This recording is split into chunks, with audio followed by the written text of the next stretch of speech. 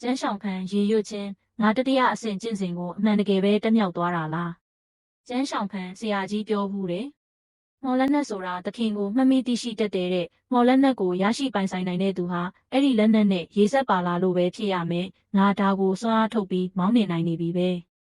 ဒါဆိုဒါကငါရဲ့မော်လက်နက်ဖြစ်သွားပြီပေါ့ကျန်းဆောင်ဖန်တုတ်ကိုကြည့်ပြီးမင်းကိုဘာနာမည်ပေးရင်ကောင်းမလဲမနှက်ဖြန်ဆိုရင်9000ကုန်းတိုင်းပြိုင်ပွဲစတော့မှာပဲ